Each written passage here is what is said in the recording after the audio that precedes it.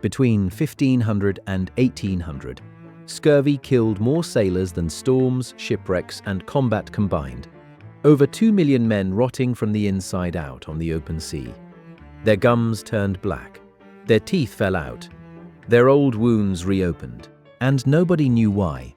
In 1747, a naval surgeon named James Lind discovered the cure with one of the most elegant experiments in medical history. He took 12 dying sailors, divided them into 6 groups, gave each group a different treatment, and within 6 days had his answer. Citrus fruit. Simple, effective, brilliant. He published his findings in a detailed treatise that should have changed naval medicine forever.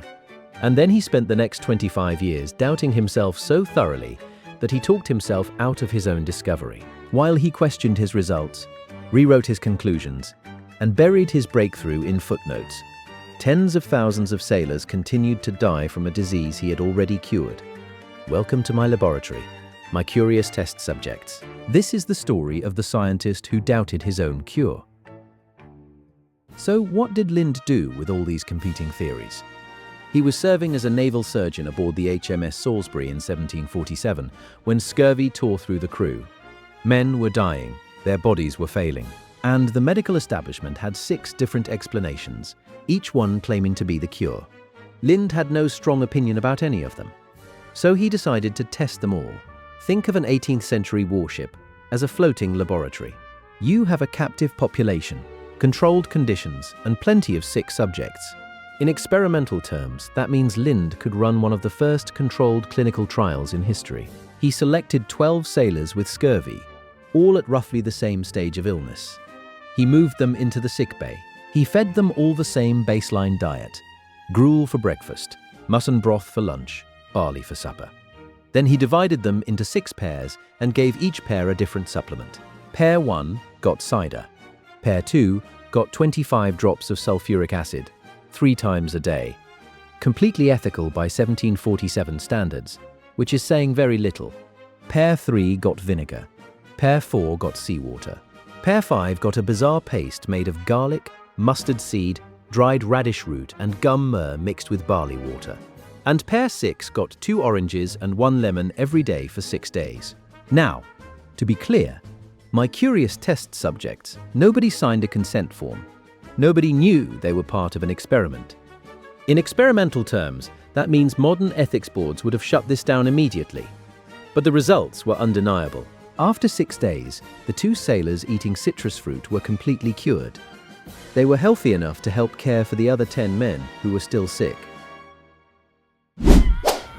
So naturally, the Navy immediately adopted citrus as standard issue and saved thousands of lives, right? Spoiler, they did not. In 1748, Lind retired from active service and sat down to write his findings. He spent 5 years producing a comprehensive treatise on scurvy, 400 pages, detailed literature review, historical analysis, case studies, and buried somewhere in the middle, in 5 paragraphs that were easy to miss, he described the most important medical experiment of the century. The book was published in 1753 as A Treatise of the Scurvy. It should have been a landmark work. It was not. Why? Because Lind, out of what can only be described as catastrophic modesty or crippling self-doubt, did not highlight his own breakthrough. He suggested hesitantly, and with heavy qualification, that the Royal Navy might consider using Rob, a condensed heated citrus syrup, to prevent scurvy. But he framed it as one option among many. He did not say, "I proved this works, use citrus fruit." He said, "Perhaps this might be worth considering if it is convenient." In publishing terms, that means he wrote a book nobody could actually read and then hid the cure inside it. Imagine discovering the cure for cancer and then burying the results in the footnotes of a 400-page textbook nobody opens. 5 paragraphs. In a 400-page book, hidden in the middle, the Royal Navy ignored it. The medical establishment ignored it. And thousands of sailors continued to die from a disease that had already been cured.